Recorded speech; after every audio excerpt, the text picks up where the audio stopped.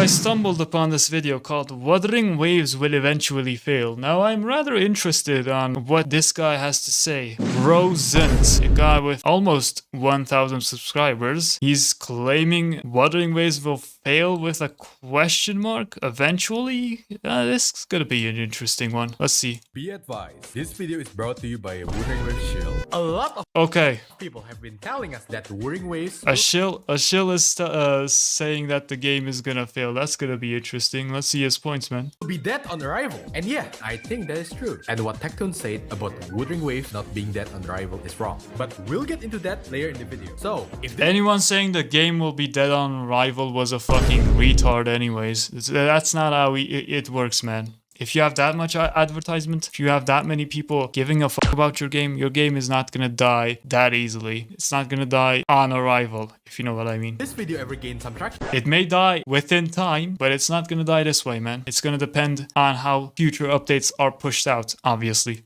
When people say that shit, it's so cringe. Like, oh my god, if this video ever blows up, what you just say? Make sure to like the video like a normal person. Cringe. Tech 1. Okay, fine. Help my brother out by liking the video and drop a comment since it does help. Yeah, playing FIFA in the background. I do think cool. that Wuthering Waves is dead on arrival in certain perspective. So here's what? Thing that Wuthering Waves is dead on arrival in a certain perspective. So here's funny story. A couple of days back, I posted this one video to YouTube and I got a lot of stupid comments. Stupid comments. Pause to read brain rot. What is this? A couple of days back, I posted this one video to YouTube and I got... Bro, you can't hide this. Like, you need to remove the text here for me to read this comment, you know? Even the CN community felt insulted about the Wooer rewards. It's more of a bribe and damage control, not reward. Well, I guess it is. It is a band-aid solution. Shut up and take your 5-star type of deal. But it's basically a way of buying time until everything gets fixed. A lot of stupid comments. I kid you not, it is way worse than what I am showing you on screen. And most of those comments are always saying something in the lines of, number 1, the compensation that the game gives out is just either bribery or damage control. I mean, if Kuro Games saying, yo, we are sorry for you to have experienced some bugs, here's some pulls to make up for it, it's bribery instead of coming up clean that, well, to a certain degree it is, because if the issues don't immediately get fixed, like it depends on the issue. If the issue takes a while to get fixed, like the optimization, then it's sort of bribery until the whole system gets fixed. But if it's something like the weapon mistranslation with Jian in the Japanese game, then it's compensation. It's normal to do, obviously. It's not bribe money. It's not shut up money, if you know what I mean. I am sorry. Then I think your brain is not functioning properly. Number 2, better rewards does not equate to a better game. While I do agree with better rewards does not make any game better, but here... Well, it makes it more enjoyable, for one. I feel like if Genshin gave out more rewards, like more ways to get Primo Gems, more people would actually want to play. Like even more than it is right now. It's still really fucking popular globally. But I feel like less people would quit because it's so boring and grindy. You know, when you open a chest and get 5 Primo Gems and you have to get hundreds of them, thousands of them for a 5-star character. And that shit's gonna take a while. It's gonna be grindy. So it's pretty important to be a little generous, especially when it comes to gacha games, I feel like. Here's a wake-up call for you. That free 5-star selector ticket is what we call a compensation, but that free doctor ratio in Honkai is called a reward. While Genshin, on the other hand, gives chicken meat... Wait, Genshin?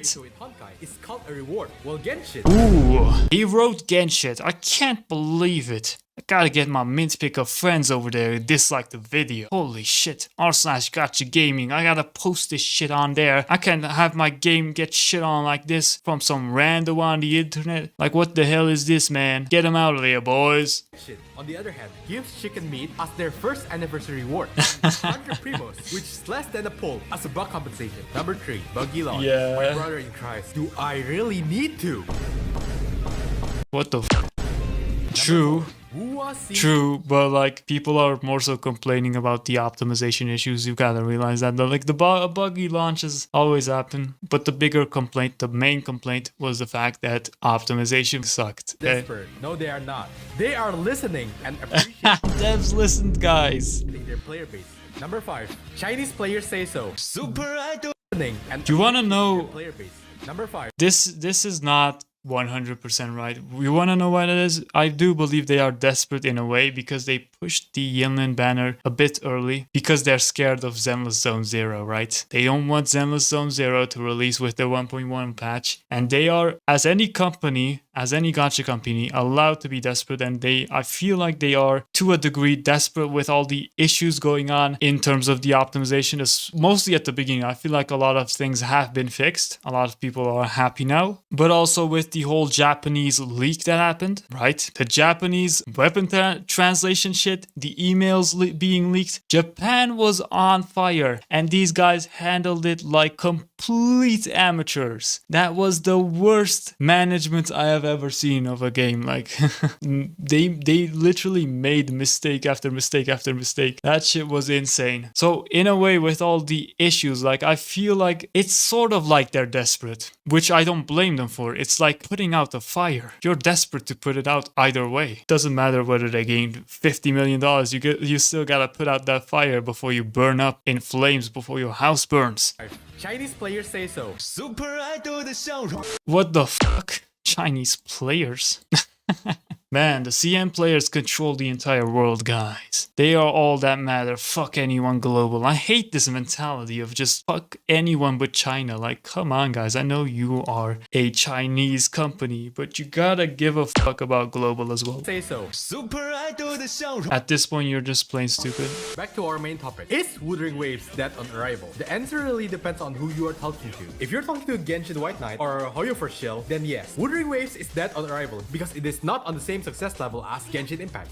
Yeah, that is their main argument. Man, it doesn't make as much money as Genshin. It didn't make a $100 million first patch, first Century Tower, man. It's dead on arrival, man. Didn't make as much as Honk Shit Starbucks. It didn't make as much as Genshin Impact. Guess it's dead, man. Yeah, $50 million.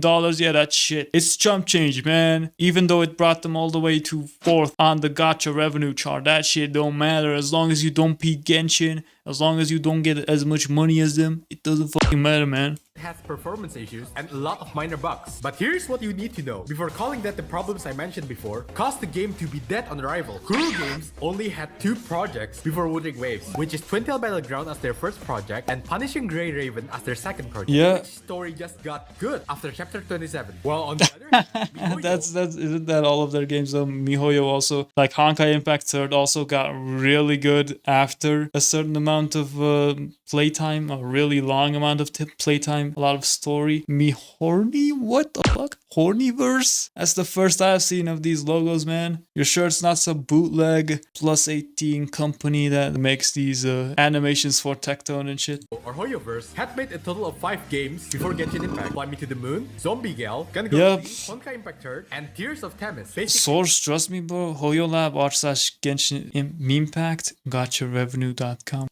What? what I'm trying to say here is that Kuro Games do not have the kind of money and experience that Hoyoverse has. And for your note, Wuthering Waves does not have. Yeah, and that's their reasoning. They copied one game and then they copied the next. You're like, I'm pretty sure they copied one of these. They copied one of these, and then they copied Honkai Impact 3rd with Punishing Grey Raven, and now they're copying Genshin Impact with Wuthering Waves, obviously. Tears of Themis. Basically, what I'm And so the theory is they will also copy Honkai Star Rail within another 4 years, because it takes 4 years for them to get out their quote-unquote bootleg version of these games, if you know what I mean. trying to say here is that Kuro Games do not have the kind of money and experience that Hoyoverse has. Yeah. And for your note, Wuthering Waves does not have the COVID bug. So there will definitely be way less people playing the game on launch compared to Genshin. And That is an unfortunate reality, obviously. Like some people, a lot of people just don't have the same amount of time. People are busy. People actually have jobs now. People can't just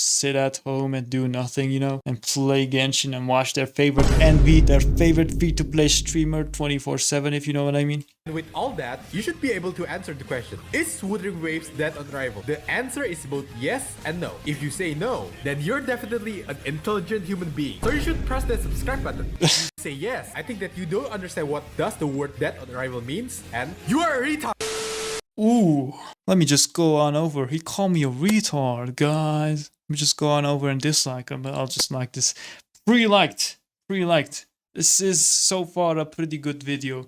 So for Yeah, obviously it's not gonna fucking fail on Dead on Arrival. Like, it's already made 50 million, let's be honest. you people who kept calling that Wuthering Waves is dead on arrival, let me dumb it down for you so that this become an idiot-proof explanation. You see here, Wuthering Waves has reached their 30 million pre-registration milestone. And let's do some of the most idiotic assumption here. Out of those 30 million players, half of them changed their mind and did not even want to play the game. And a quarter of that decide that mint picking is still way better than Wuthering Waves. And What here's the one fuck? last stupid assumption. Half of them decide that the game is stupid. Who is making these assumptions? Bugs and performance issues. Who is retarded? Decide that the game is stupidly unplayable because of the bugs and performance issues. That is This is probably CN. CN is making up these metrics now, huh?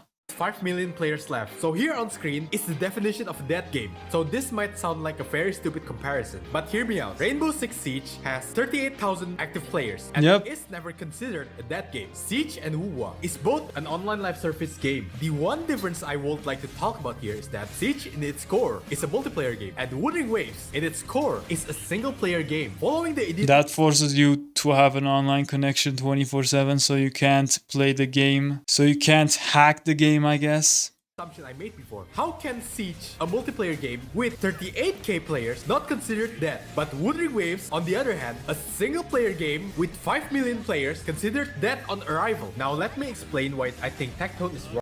Yeah, obviously. Having high numbers on a single player game is much bigger achievement because people don't always have a reason to play. And maybe this is a hot take, but people won't always come back. Like, for example, take Genshin, for example. When you finish up the story, you're not coming back.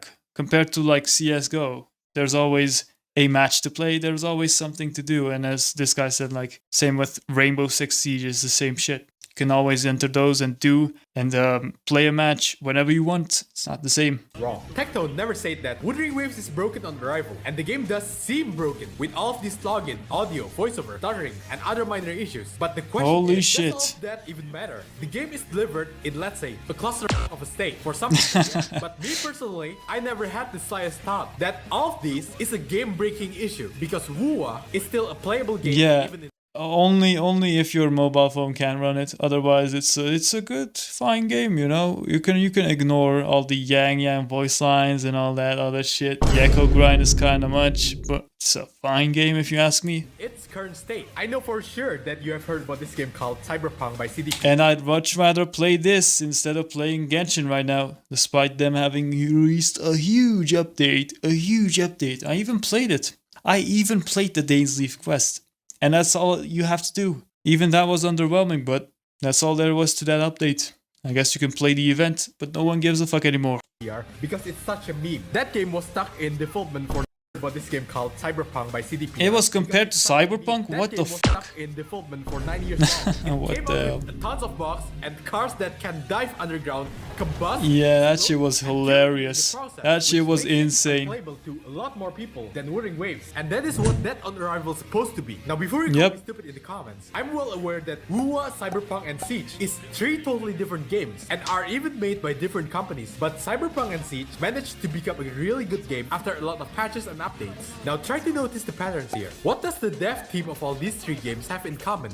That Genshin doesn't even What? have. If you have a decently functioning brain, They're multiplayer? you should be able to They're all, I don't fucking know. figure this No, they're not multiplayer. What am I saying? Wait. Being alive, obviously. Guys, it's fine. I wasn't that stupid. Come on. They're alive and well. Yeah, Cyberpunk ain't multiplayer, obviously. What the fuck? Fun fact of the day? Back in the old days? Okay. What the hell? Braxophone, probably? What? What is this? But if Yunlin ever use her electrified whip on me, then I will try to get whipped as much as I can. Okay. Yeah, I remember. Okay. Exactly. 2 ears and a decently functioning brain. So TLDR of this video, I think that Wuthering Waves is not dead on arrival, but it is broken on arrival, which doesn't even matter. Yeah. I really believe that from here on out, Wuthering Waves can... It's only gonna get better, So yep. if you agree with my takes, then leave a like and press that subscribe button. I don't agree with your takes. I do. Just kidding, guys. Make sure to go over and like this video and subscribe to Frozen. I'll leave it in the description below. Great fucking vid. Amazing vid. Frozen. What else does this guy upload? Honk shit Starbucks. Yeah. This guy uploaded Honk shit Starbucks content as well. I mean, uploads Honk shit Starbucks content. Holy shit. It's kind of like an EXE type of debated. Oh god. What is going on? Anyways, that's for you guys to look at. He's sort of a discussion channel, sort of an EXE. Be sure to check this man out. And with that being said, hope you guys enjoyed. Be sure to like, subscribe, follow my Twitch and Discord, and peace out. Only quality content here, folks. Subscribe, please.